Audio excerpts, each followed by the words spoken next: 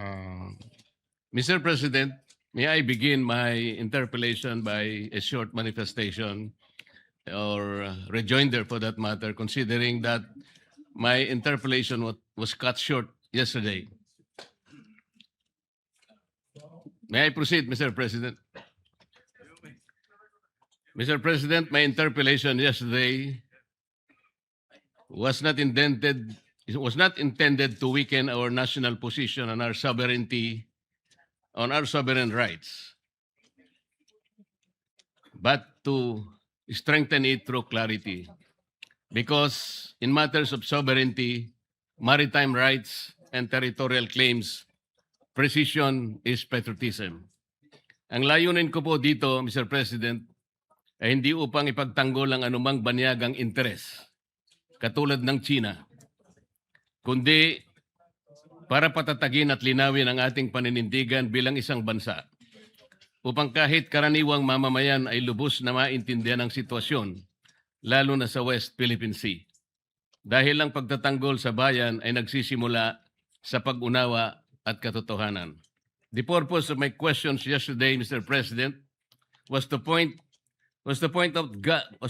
out gaps in our understanding and knowledge of the West Philippine Sea, in that there are key aspects that the arbitral award did not resolve, and that our laws from PD 1596 to RA 9522 and RA 1264 did not address. Thus, my call is for an open discussion of the issues as mature, not amateur persons.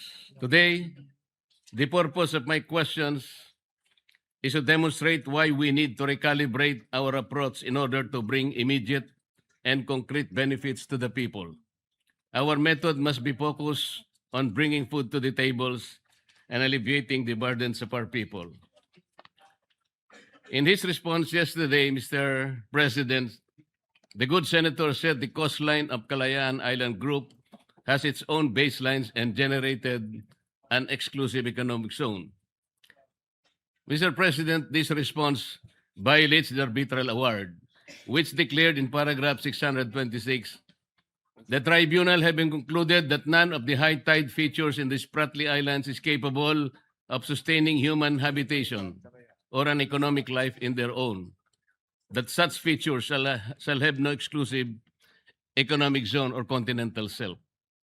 Kaya po walang feature sa Kalayaan Island Group, Mr. President, that will be able to generate an exclusive economic zone of its own.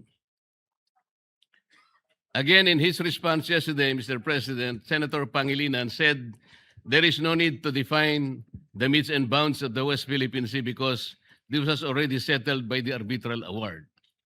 He also said that the arbitral award already determined what the West Philippine Sea is. He also said that the coordinates of the West Philippine Sea can be found in Administrative Order number 29 and Republic Act number 12064. This is not right, Mr. President. The arbitral award ruled on the exclusive economic zone, not the West Philippine Sea. These are two different matters, Mr. President. There are features of the Kalayaan Island Group, such as the Pagasa Island and Parola Island, that are outside this exclusive economic zone. The distance of these features are fixed, Mr. President. The arbitral award did not move their location inside the Philippines. Ang alam ko po, ang Panginoon Diyos lang ang makakagawa noon, Mr. President. In saying also, Mr. President, that we should just implement the arbitral award without asking questions will mean that Senator Pangilinan will be content with just the EEZ. Kapag ka nagkaganon, Mr. President, we will be abandoning Pag-asa, Parola, Kota, and Lankian features, given that these are outside the exclusive economic zone. Instead of turning back on these features, Mr. President, I call that we study how to include them in the West Philippine Sea without violating UNCLOS. Also, in his response yesterday, Senator Pangilinan said the arbitral award did not rule on the validity of PD 1596. This is also incorrect. It will be read on paragraphs 573 to 576 that Spratly Islands can constitute, it ruled on the issue of whether any claimant on the Spratly Islands can constitute it into an offshore archipelago by drawing archipelagic baselines to straight baselines around it. Sabi po ng tribunal, Mr. President, China has no right to do so. It also said under paragraph 574 that even the Philippines could not declare archipelagic baseline surrounding the Spratly Islands. So meron pong ruling talaga. I did not question the arbitral award, Mr. President, for the record. I just discussed how the arbitral award and our existing laws do not determine the limits of the West Philippine Sea. May I repeat that? Ang nirule lamang po ng arbitral award via the arbitral tribunal, yung exclusive economic zone, hindi po yung West Philippine Sea. These are two different matters.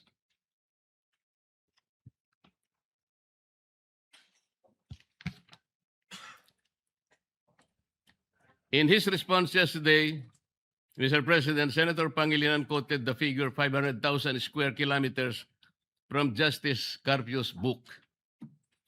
Yet in Justice Carpio's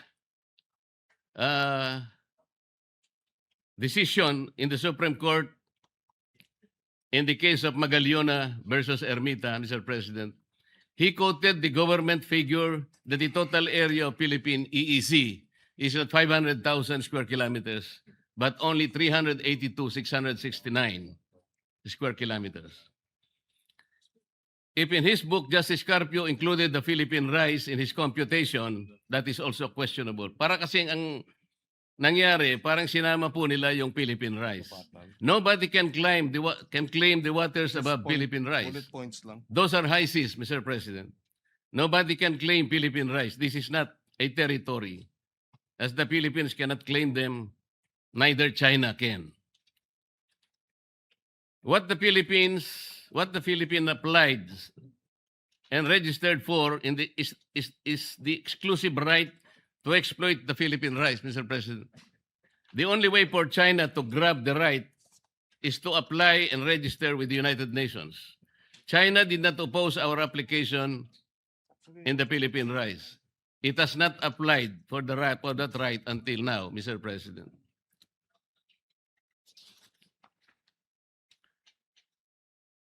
For her part, Senator Ontiveros, Mr. President, yesterday referred to the map of South China Sea in S-23 as Chinese map. She also said that the numbers 6.1 and 6.2 are not coordinates. She then said that maps adopted by the International Hydrographic Organization are not legal but technical only. First, Mr. President, S-23 is not a Chinese publication. It is a publication of the International Hydrographic Organization, or IHO. IHO is an intergovernmental organization of which the Philippines is a part.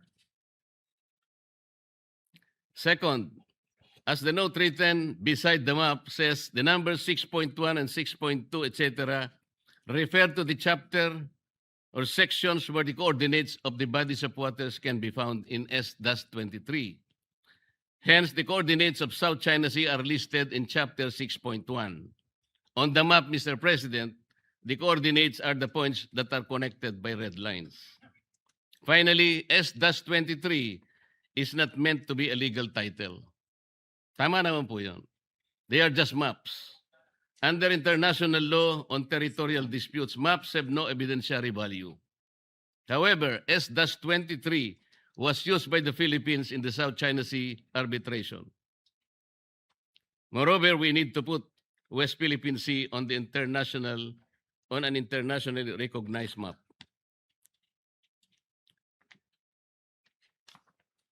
Let me begin now, Mr. President, by showing two maps. Pwedeng pakilagay yung first map.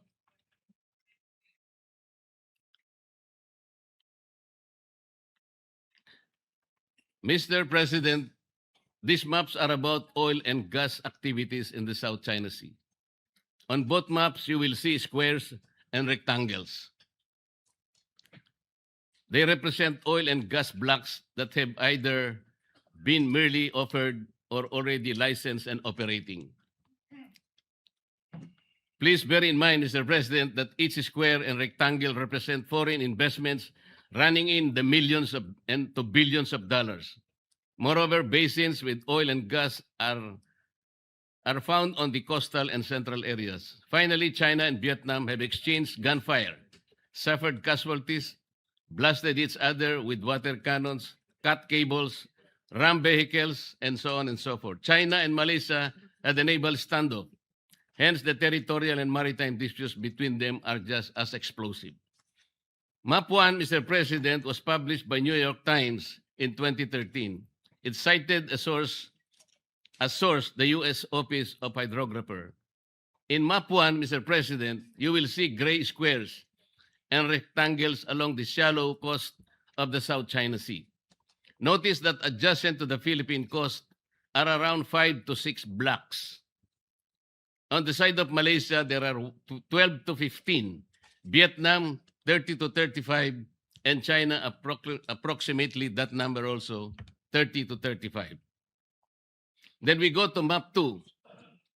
It was published in 2024 by the U.S. Energy Information Agency. First, you will notice the blocks have moved to the deep water areas. Second, the blocks colored in pink are those of the Philippines. Ang mga blocks po ay halos 8 hanggang 12 lang, Mr. President. Malaysia in blue, around 60 to 70. Vietnam in maroon, 70 to 80. And China in yellow, around 60. Third, notice the blocks that are not just claimed, but even licensed by both Vietnam and China. These are shaded in orange. I hope, Mr. President, the good senator will agree that from these maps, we derive numerous lessons. First, despite the arbitral award, oil and gas activities on the Philippine side have stagnated. 6 to 8 lang. Second, it is obvious that the oil and gas activities of Malaysia, China, and Vietnam are robust, if not booming. Third, the licensing overlaps are being managed by experts at the enterprise and state levels. Hence, we hear about flare-ups between China and Vietnam, but they do not escalate. In fact, some of the overlapping blocks are operated by one international petroleum corporation. Fourth, even as their past relations are violent and the present relations are also tense because of the conflicting claims to Spratly Islands and Paracel, they engage in joint exploration and development, Mr. President. Fifth, Vietnam and Malaysia are cooperating and progressing with China. Nobody can accuse them of being pro-China.